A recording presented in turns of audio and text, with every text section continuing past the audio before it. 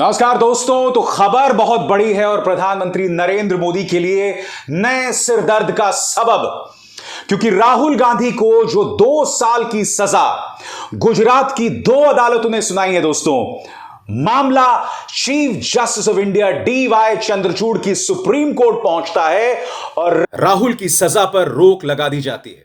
इसका अर्थ क्या है दोस्तों? 8 अगस्त को अविश्वास प्रस्ताव लाया जाने वाला है और अब राहुल गांधी सदन में यानी कि लोकसभा में खड़े होकर मोदी सरकार की बखिया उधेड़ने वाले हैं। मगर बड़ा प्रश्न यही किया जा रहा है दोस्तों कि क्या मामले में देरी की जाएगी जिसके चलते 8 अगस्त को जो अविश्वास प्रस्ताव आएगा उस पर राहुल गांधी बोल ना सकें? यह बहुत अहम सवाल है दोस्तों, क्योंकि अब तक आप सबको पता चल चुका होगा इस खबर के बारे में। मैं आपको बतला दूं कि मामला था जस्टिस गवई की अदालत के सामने और जस्टिस गवई ने कई बातें कही दोस्तों। जस्टिस गवई ने कही कि इससे पहले जिन 2 अदालतों ने उन्हें सर्वाधिक सजा सुनाई यानी 2 साल की सजा, किसी भी अदालत ने यह नहीं बताया कि हम किस कारण से 2 साल की सजा सुना रहे हैं। राहुल गांधी के बारे में कंटेम्प्ट ऑफ कोर्ट को लेकर सिर्फ एक मामला था सुप्रीम कोर्ट में, जब उन्होंने सुप्रीम कोर्ट को जो है गलत ढंग से कोट किया था और उस पर सुप्रीम कोर्ट ने उस पर सख्ती की थी। मगर इसके अलावा राहुल का कोई इतिहास नहीं है। जस्टिस गवई ने कहा कि अगर आप राहुल गांधी को मैक्सिमम 2 साल की सजा सुनाते हैं तो न सिर्फ राहुल गांधी के साथ नाइंसाफी है, बल्कि जिस जनता ने उनको वोट दिया यानी वायनाड की जनता के साथ भी यह बहुत बड़ी नाइंसाफी है। जस्टिस गवई ने यह भी कहा कि अगर उन्हें 2 साल से 1 दिन कम की सजा मिलती तो वो डिस्क्वालीफाई नहीं होते। मगर जैसे मैंने कहा ना दोस्तों, खेला अब शुरू होने वाला है। याद कीजिए, जब गुजरात हाईकोर्ट ने उन्हें सजा सुनाई थी तब लोकसभा सेक्रेटेरिएट ने 1 मिनट बर्बाद नहीं किया था। राहुल गांधी को न सिर्फ डिस्क्वालीफाई कर दिया गया था बल्कि उन्हें घर से भी निकाल दिया गया था। याद है कितनी तेजी से काम हुआ था? अब एक बहुत बड़ी चुनौती है, क्या लोकसभा सेक्रेटेरिएट सुप्रीम कोर्ट के आज के आदेश आने के बाद एक बार फिर वो करने वाला है? क्या तेजी से काम करेगा? क्या राहुल गांधी 8 अगस्त को बोल पाएंगे? बड़ा सवाल यही है दोस्तों। क्या राहुल गांधी को बोलने दिया जाएगा? क्योंकि इस वक्त मैं आपको बतला सकता हूं कि प्रधानमंत्री नरेंद्र मोदी के लिए एक बहुत बड़ा सिरदर्द है जब राहुल गांधी उनके सामने खड़े होकर वो बातें रखेंगे। क्योंकि मणिपुर को लेकर, देश में महिला सुरक्षा को लेकर, हरियाणा को लेकर लगातार बीजेपी सरकार की नाकामी सामने उभर कर आ रही है और इस नाकामी को उन्हें आईना कोई और नहीं, राहुल गांधी ही नहीं बल्कि उनके अपने मुख्यमंत्री वो आईना दिखा रहे हैं। यही वजह है कि प्रधानमंत्री नरेंद्र मोदी नहीं चाहेंगे कि किसी भी कीमत पर 8 अगस्त को राहुल गांधी संसद में खड़े हो पाए। इसलिए मुझे शक है कि हो सकता है कि लोकसभा सेक्रेटेरिएट उनकी सदस्यता बहाल करने में वक्त लगाए। मैं आपको याद दिलाना चाहूंगा, दरअसल उनका वो कौन सा भाषण था जिसकी वजह से पहले सेशंस कोर्ट सूरत और उसके बाद गुजरात हाई कोर्ट ने उन्हें मैक्सिमम 2 साल की सजा सुनाई थी, जिसके चलते उन्हें संसद से बर्खास्त कर दिया गया था और उन्हें घर से निकाल दिया गया था। सुनिए उन्होंने क्या कहा था। आपसे कहते हैं काले धन के खिलाफ लड़ाई, आपको धूप में बैंक की लाइन के सामने खड़ा करते हैं, आपके जेब में से पैसा निकाल के बैंक में डालते हैं और फिर आपको पता लगता है कि आप ही का पैसा नीरव मोदी उठा के भाग गया। 35,000 करोड़ रुपए आपकी जेब से निकालकर उसकी जेब में। मेहुल चोकसी, ललित मोदी। अच्छा, एक छोटा सा सवाल, इन सब के नाम, इन सब चोरों के नाम मोदी मोदी मोदी कैसे हैं? नीरव मोदी, ललित मोदी, नरेंद्र मोदी, और अभी थोड़ा ढूंढेंगे तो और बहुत सारे मोदी निकलेंगे। यानी कि साफ तौर पर राहुल गांधी यहां पर भ्रष्टाचार की बात कर रहे हैं। उन्होंने ना ओबीसी समुदाय का अपमान यहां किया, ना मोदी समुदाय का अपमान किया और यही बातें कही गई थी। आगे जाके मैं आपको बतलाऊंगा कि राहुल गांधी के कौन से वो 5 तर्क थे जिसके बुनियाद पर उन्हें जो है उनकी सजा पर रोक लगा दी गई। मगर मैं आज आपसे एक सवाल पूछना चाहता हूं, जब यह बात कहने के लिए कि क्या आपने 50 करोड़ की गर्लफ्रेंड देखी है, जब इस मुद्दे पर मानहानि नहीं हुई और किसी को सजा नहीं सुनाई गई, तो राहुल ने जो बयान दिया उस पर मानहानि कैसे हो सकती है? क्योंकि वहां तो सीधा निशाना सुनंदा पुष्कर पर था। एक औरत के साथ आपने कीमत जोड़ दी। जब आप कांग्रेस की विधवा कहते हैं तो वो मानहानि नहीं है। जब अमित शाह समाजवादी पार्टी, कांग्रेस और बसपा की तुलना आतंकवादी कसाब से करते हैं, वो मानहानि नहीं है। जब विपक्ष के गठबंधन इंडिया की तुलना आप इंडियन मुजाहिदीन से करते हैं, ईस्ट इंडिया कंपनी से करते हैं, तो बड़ा सवाल यह कि क्या वो मानहानि नहीं है? कितनी बार मंच पर खड़े होकर भारतीय जनता पार्टी के बड़े बड़े नेताओं ने देश की माइनॉरिटीज की तौहीन की, विपक्ष की तौहीन की। क्या वो एक तरह से कहा जाए मानहानि नहीं है? आज सुप्रीम कोर्ट के तेवर सख्त थे। उन्होंने कहा कि दोनों ही जजेस ने यह कारण नहीं बताया कि राहुल गांधी को मैक्सिमम सजा क्यों दी जाए। आखिर क्यों उनके साथ ऐसा किया गया है? क्योंकि अगर, जैसे मैंने कहा ना, 2 साल से 1 दिन कम की सजा मिलती तो राहुल गांधी की सदस्यता जो है वो बहाल रहती। और यह ना भूलें, यह पूरा मामला बेलेबल ऑफेंस है और इस पूरे मामले के इतिहास में आज तक किसी को 2 साल की सजा नहीं मिली है। दोस्तों, यह ना भूलें, यह वो संसद है जहां शहाबुद्दीन थे, यह वो संसद है जहां पर डीपी यादव थे, यह वो संसद है जहां पर बृजभूषण शरण सिंह अब तक बने हुए हैं। आरोप गंभीर थे उन पर, मगर इन्हें कुछ नहीं हुआ दोस्तों। मगर राहुल गांधी जो जनता की आवाज बनकर आए हैं, उनकी सदस्यता को बहाल कर दिया जाता है। मगर मैं चाहूंगा आप सुने वो कौन सी 5 दलीलें थीं जिसके आधार पर आज उनकी सजा पर रोक लगा दी गई। याद कीजिए, मैंने आपके सामने शो किया था, देखते हैं। मगर आप जानते हैं सबसे बड़ी बात जिसको लेकर भारतीय जनता पार्टी को मिर्ची लगने वाली है कि बीजेपी लगातार कह रही थी राहुल गांधी से माफी मांग लो, माफी मांग लो। मगर राहुल गांधी ने, याद कीजिए, आज के इस फैसले के 2 रात पहले, यानी एक तरह से कल ही उन्होंने कह दिया था, या परसों शायद उन्होंने कहा था कि मैं माफी नहीं मांगूंगा। यह जो सजा पर रोक लगाई गई है इस बात की पृष्ठभूमि में कि राहुल गांधी ने माफी मांगने से मना कर दिया था। यह ना भूलें, राहुल गांधी ने यह भी कहा था कि अगर मेरी संसद की सदस्यता चली भी जाए तो मुझे कोई परवाह नहीं है, मगर मैं माफी नहीं मांगूंगा। इतना बड़ा रिस्क राहुल गांधी ने लिया था।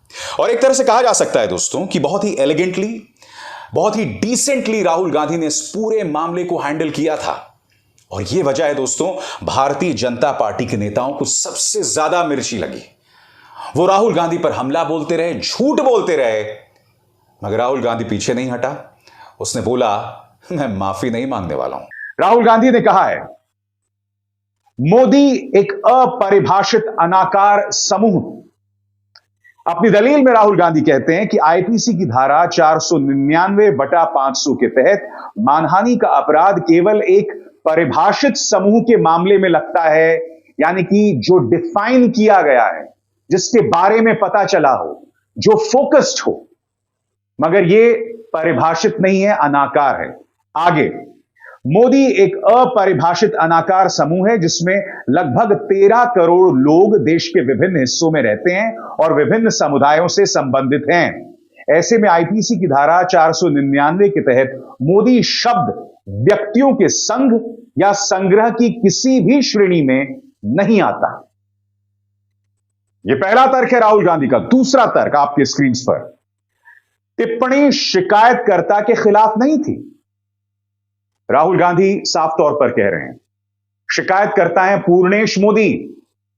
जब उनके खिलाफ कुछ कहा ही नहीं मैंने, तो फिर वो मामला लेकर अदालत क्यों पहुंचे? क्या कहते हैं आपके स्क्रीन पर, रैली में ललित मोदी और नीरव मोदी का जिक्र करने के बाद सभी चोरों का उपनाम एक जैसा क्यों होता है, कहा गया था। यह टिप्पणी विशेष रूप से कुछ खास व्यक्तियों को संदर्भित करती है, कुछ खास व्यक्तियों के बारे में है, और शिकायतकर्ता पूर्णेश ईश्वर भाई मोदी को उक्त टिप्पणी से बदनाम नहीं किया जा सकता। मतलब यह टिप्पणी पूर्णेश मोदी को लेकर नहीं की गई थी, इसीलिए उनके आरोप गलत हैं।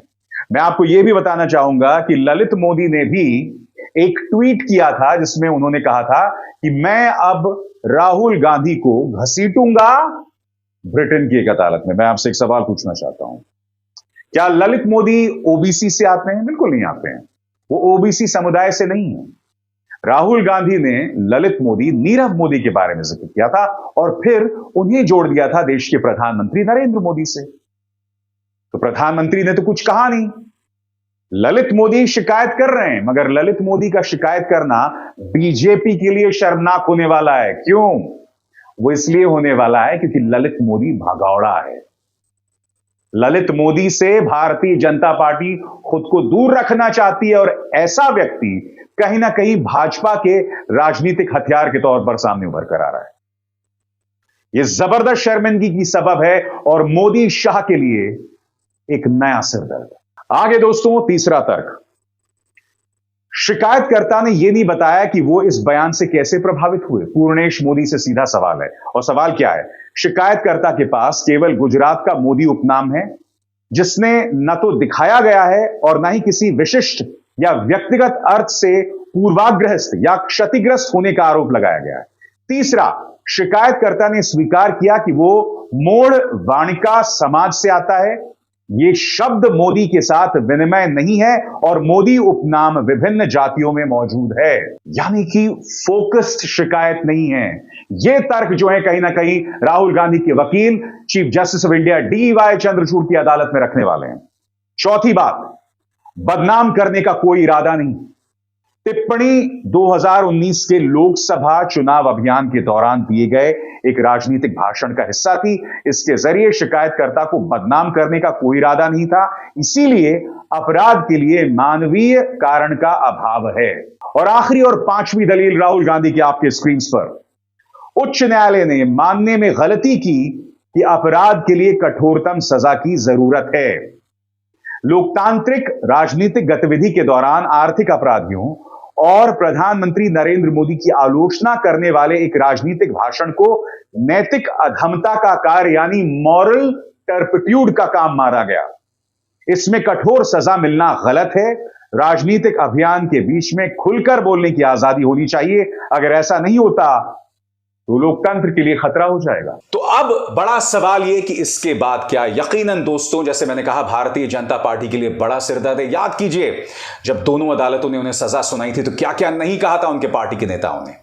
अमित मालवीय सामने था, रविशंकर प्रसाद सामने थे, अनुराग ठाकुर सामने थे, स्मृति ईरानी जो आए दिन उन पर झूठ बोलती रहती हैं।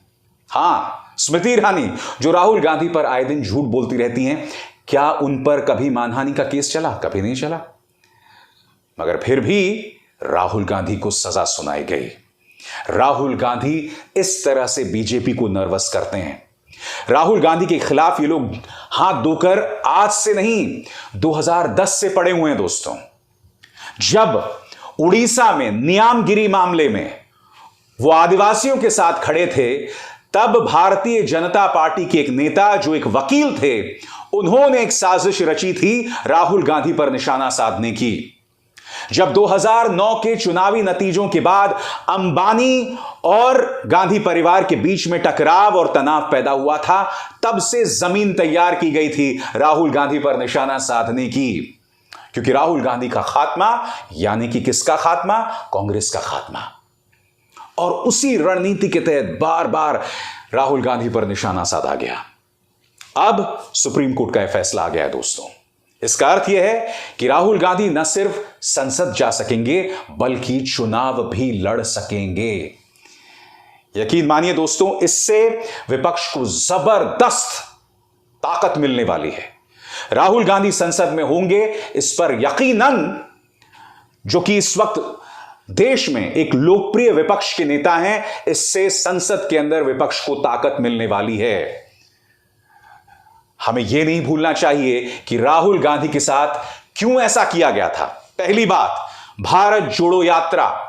भारत जोड़ो यात्रा को लेकर राहुल गांधी को जो प्रतिक्रिया मिल रही थी, उससे भारतीय जनता बौखलाई हुई थी।